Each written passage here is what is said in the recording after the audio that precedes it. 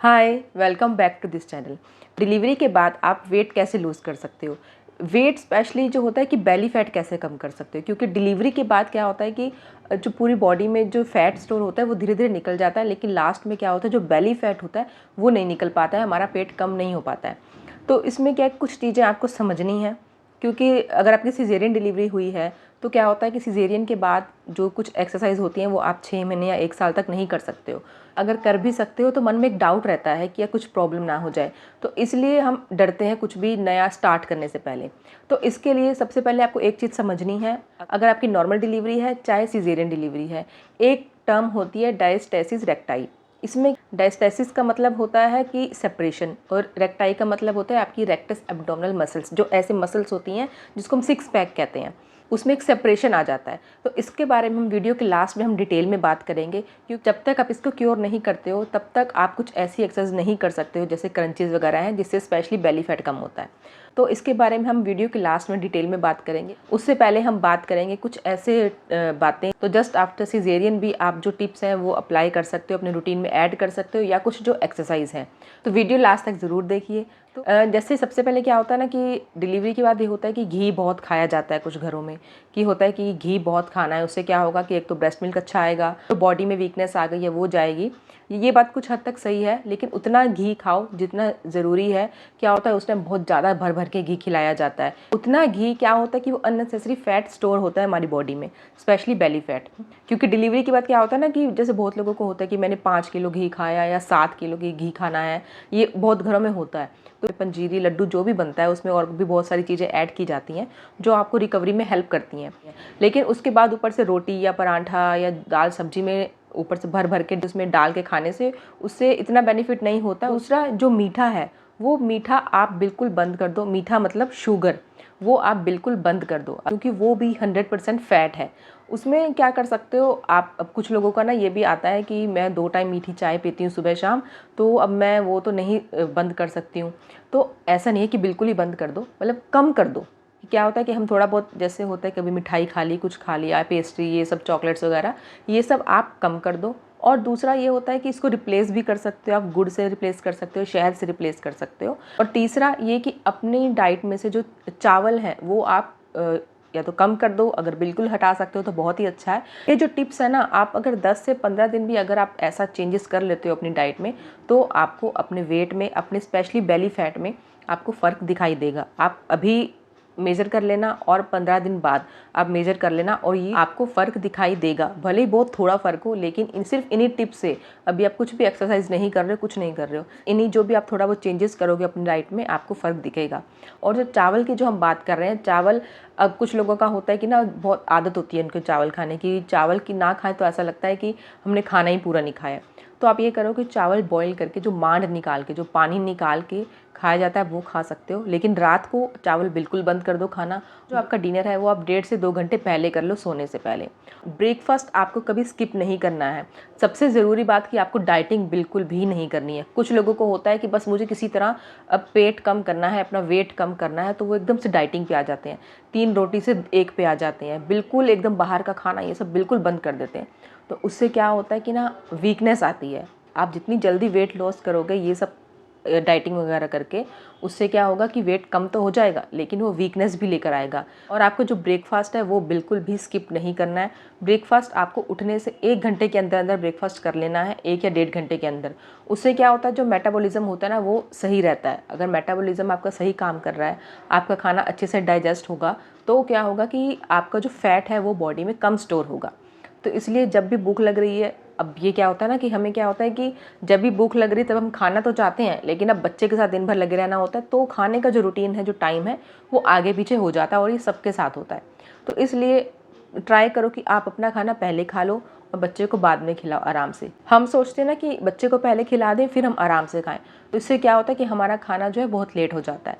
तो इसलिए पहले आप खा लो टाइम से, क्योंकि बच्चा तो देखो टाइम लगाएगा ही खाने में, तो इसलिए पहले आप खा लो फिर आराम से बच्चे को खिलाओ। और नेक्स्ट कि आपको ब्रेस्ट फीड ज़रूर करवाना है बच्चे को, ज़्यादा से ज़्यादा जितना आप ब्रेस्ट फीड करवाओगे ना, उतना ही आपको ये हेल्प करेगा वेट लूज़ करने में। क्योंकि जो ब्रेस्ट मिल्क जो प्रोड्यूस होता है ना, तो क्या होता है आपकी 300 to 500 कैलोरीज बर्न होती है पर डे, सिर्फ ब्रेस्ट मिल्क प्रोड्यूस करने से। तो जितना आप ब्रेस्ट फीड करवाओगे बेबी को, उतना ही आपकी जो कैलोरीज हैं वो बर्न होंगी। और नेक्स्ट बहुत ज़रूरी कि आप, वैसे तो सारी पॉइंट इसमें बहुत ज़रूरी हैं, नेक्स्ट ये है कि आपको क्या करना है, ओवर ईटिंग नहीं करनी है। ये बहुत ज़्यादा होता है हमारे साथ कि जैसे हम मदर्स अगर कुछ खा रही है ना, अगर बच्चे को खिला दिया, हमने अपना खाना खा लिया, बच्चे का थोड़ा बहुत बचा हुआ है, तो लगता है कि यार रोज़ रोज़ फेंकना पड़ता है, वेस्ट हो जाता है, तो थोड़ा सा खा लो। तो उससे क्या होता है ना कि ओवर ईटिंग हो जाती है। तो आपको क्या करना है कि जैसे आपको लगे कि हाँ आपका पेट भर गया है, तो वहीं रुक जाओ, उतना ही खाना है। क्योंकि जब हम ओवर ईटिंग करते हैं ना, तो फिर वो फैट जो है बहुत ज़्यादा स्टोर होता है बॉडी में। जब हम ज़्यादा खा लेते हैं ना भूख से ज़्यादा, तो वो डाइजेशन में भी थोड़ा प्रॉब्लम क्रिएट करता है।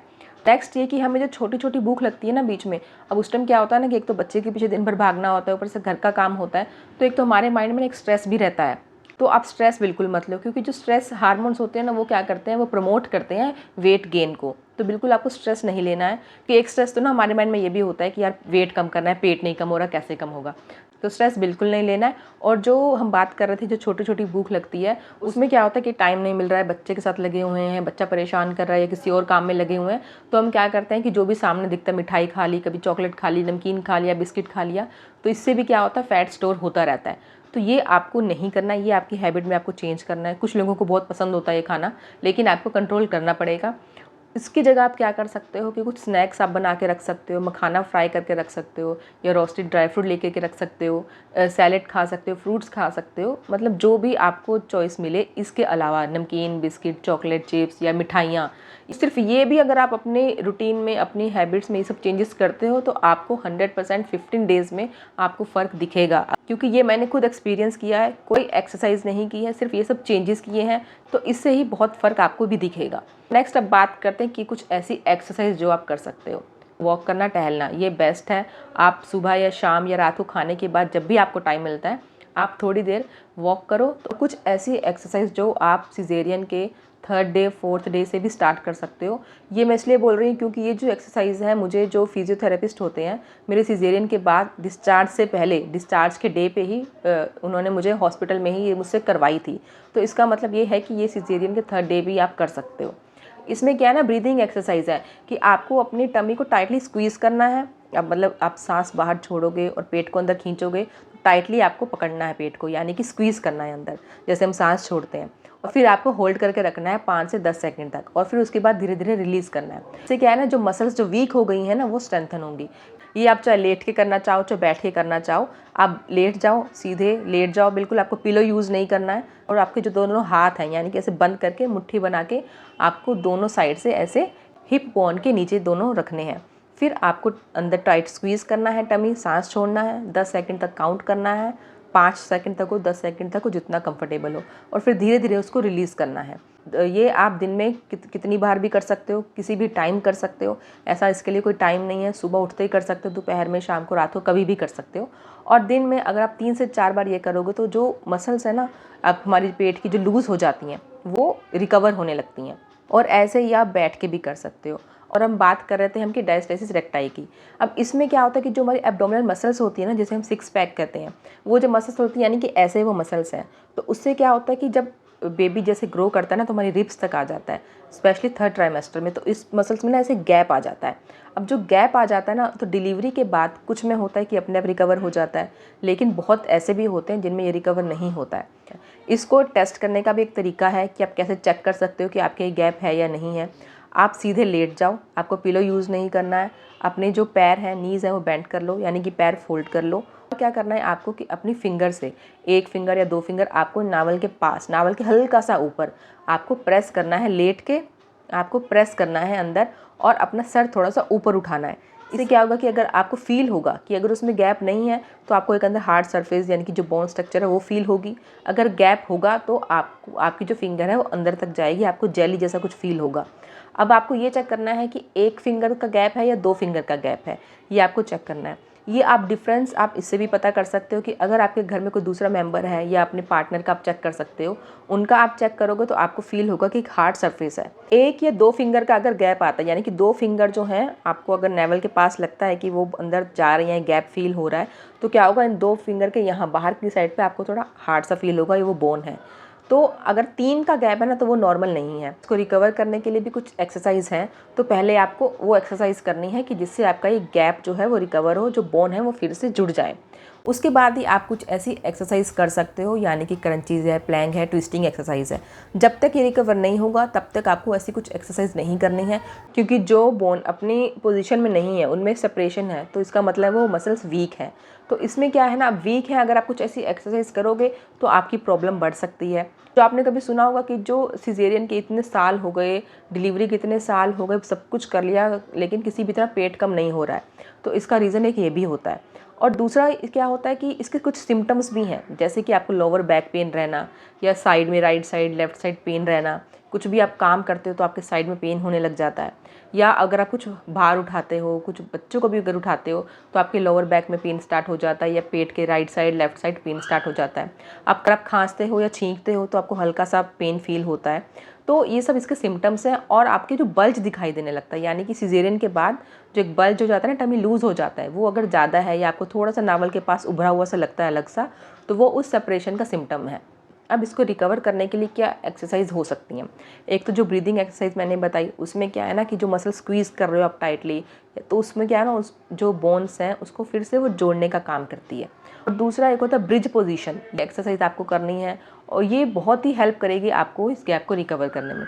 और ऐसी कुछ और भी एक्सरसाइज हैं, इनकी जो भी मुझे इमेजेस मिलेगी या वीडियो मिलेंगी मैं इसमें साथ में यहाँ पे अटैच कर दूँगी, या यूट्यूब पे भी ऐसी बहुत और एक्सरसाइज हैं, वो उन वीडियोस का मैं लिंक अपने डिस्क्रिप्शन बॉक्स में मैं ऐड करूँगी। जब तक इसको आप सही नहीं करोगे तब तक और कोई एक्सरसाइज आप नहीं कर पाओगे। अगर करोगे भी तो उसको कंटिन्यू नहीं कर पाओगे, क्योंकि आपके पेन स्टार्ट हो जाएगा, आपको कंफर्ट नहीं आएगा।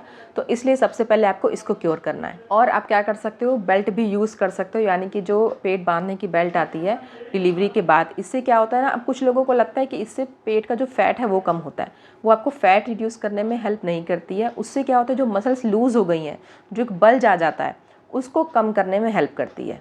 और बहुत इंपॉर्टेंट बात कि आपको क्या करना है, खुद को इतना पुश नहीं करना है कि बस मुझे तो ये करना ही करना है, कम करना ही करना है। आपको पहले 1 साल में बहुत धीरे धीरे चलना है।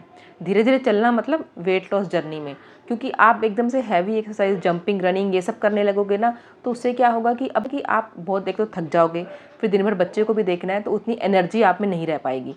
तो बहुत आराम से धीरे धीरे आपको कोई भी जो एक्सरसाइज है बहुत आराम से धीरे धीरे मतलब उसको बढ़ाते जाना है। सो होप ये वीडियो आप सबके लिए हेल्पफुल है। अगर इस वीडियो से आपकी हेल्प हुई है तो प्लीज़ इसे लाइक करके मुझे बताइए, मुझे मोटिवेट कीजिए ऐसे ही और वीडियोस बनाने के लिए। इस चैनल को सब्सक्राइब ज़रूर कीजिए, ये आपके लिए बिल्कुल फ्री है। और इस चैनल को जल्दी से नीचे लाल बटन दबा के सब्सक्राइब कर लीजिए, ताकि ऐसी और वीडियोज़ आप तक पहुँचती रहे। Thank you for watching.